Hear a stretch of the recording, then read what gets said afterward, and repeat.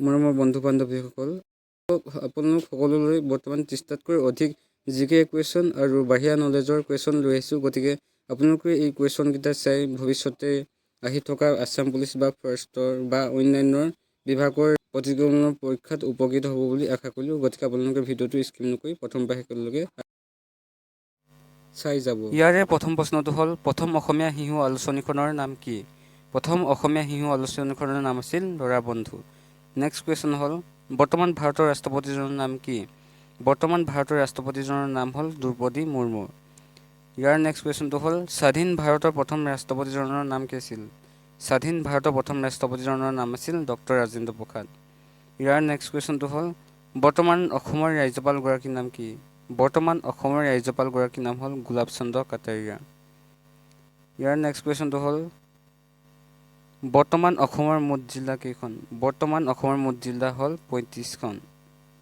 অসমত ৰাষ্ট্ৰীয় উদ্যান কেইখন আছে? অসমত ৰাষ্ট্ৰীয় উদ্যান আছে 7খন। ইয়াৰ নেক্সট কুৱেশ্যনটো হ'ল, ভাৰতৰ মুঠ কিমানখন ৰাজ্য আছে? ভাৰতৰ মুঠ 28খন ৰাজ্য আছে। ইয়াৰ নেক্সট কুৱেশ্যনটো হ'ল, পৃথিৱীৰ ভিতৰত ক্ষুদ্ৰতম নদীদ্বীপটোৰ নাম কি? পৃথিৱীৰ ভিতৰত ক্ষুদ্ৰতম অৰ্থাৎ আটাইতকৈ সৰু নদীদ্বীপটোৰ নাম হ'ল উমানন্দ।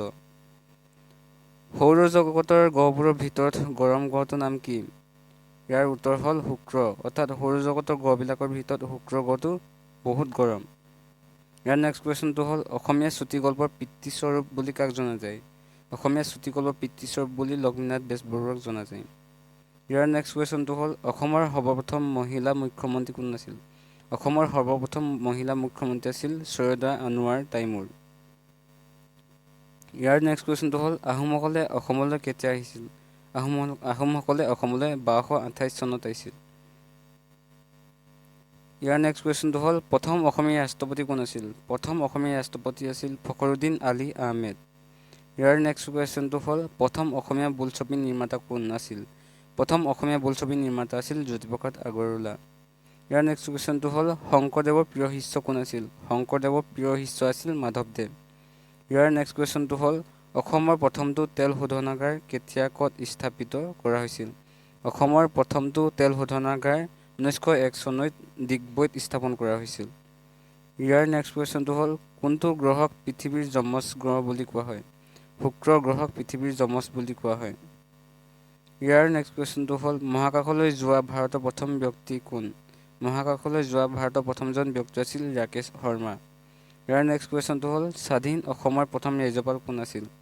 স্বাধীন অসমৰ প্ৰথম ৰাজ্যপাল আছিল ছাৰ ছালেহ মহম্মদ আকবৰ হাইদৰী, অৰ্থাৎ ছাৰ ছালেহ মহম্মদ আকবৰ হাইদৰী। ইয়াৰ নেক্সট কুৱেশ্যন হ'ল, কাজিৰঙা ৰাষ্ট্ৰীয় উদ্যান কিহৰ বাবে বিখ্যাত?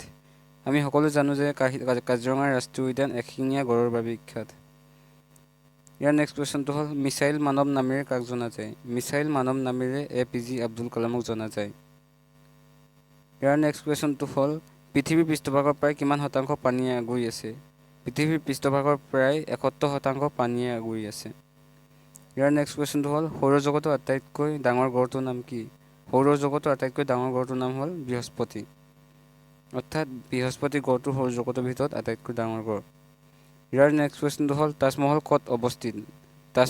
তাজমহল ভাৰতৰ আগ্ৰাত অৱস্থিত এটা ৰাজকীয় সমাধি ক্ষেত্ৰ, অৰ্থাৎ তাজমহল ভাৰতৰ আগ্ৰাত অৱস্থিত। ইয়াৰ নেক্সট কুৱেশ্যন হ'ল, অসমৰ ৰাজ্যিক গছ কি? অসমৰ ৰাজ্যিক গছ হ'ল হুলুং গছ। ইয়াৰ নেক্সট কুৱেশ্যন হ'ল, অসমৰ মুঠ মাটিকালি কিমান? অসমৰ মুঠ মাটিকালি হ'ল ৭৮,৪38 বৰ্গ কিলোমিটাৰ। ইয়াৰ নেক্সট কুৱেশ্যনটো হ'ল, বিশ্বৰ বৃহত্তম চৰাই কোনবিধ? বিশ্বৰ বৃহত্তম চৰাইবিধ হ'ল উট পক্ষী। ইয়াৰ নেক্সট কুৱেশ্যনটো হ'ল, বিশ্বৰ আটাইতকৈ পুৰণি খেলবিধ কি? বিশ্বৰ আটাইতকৈ পুৰণি খেলবিধ হ'ল ধনুৰ্বিদ্যা বা আৰ্চাৰী।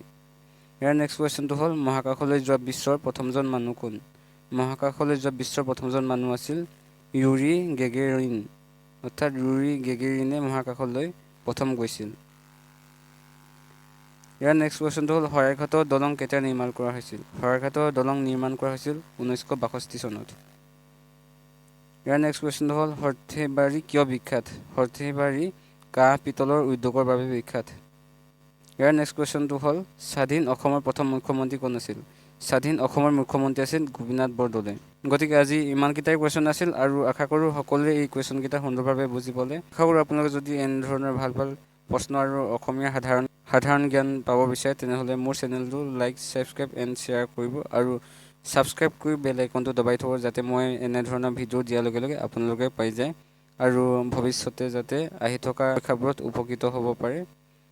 গতিকে সকলোলৈ মোৰ ফালৰ পৰা শুভেচ্ছা জনাইছোঁ। শেষত সকলোলৈ ধন্যবাদ।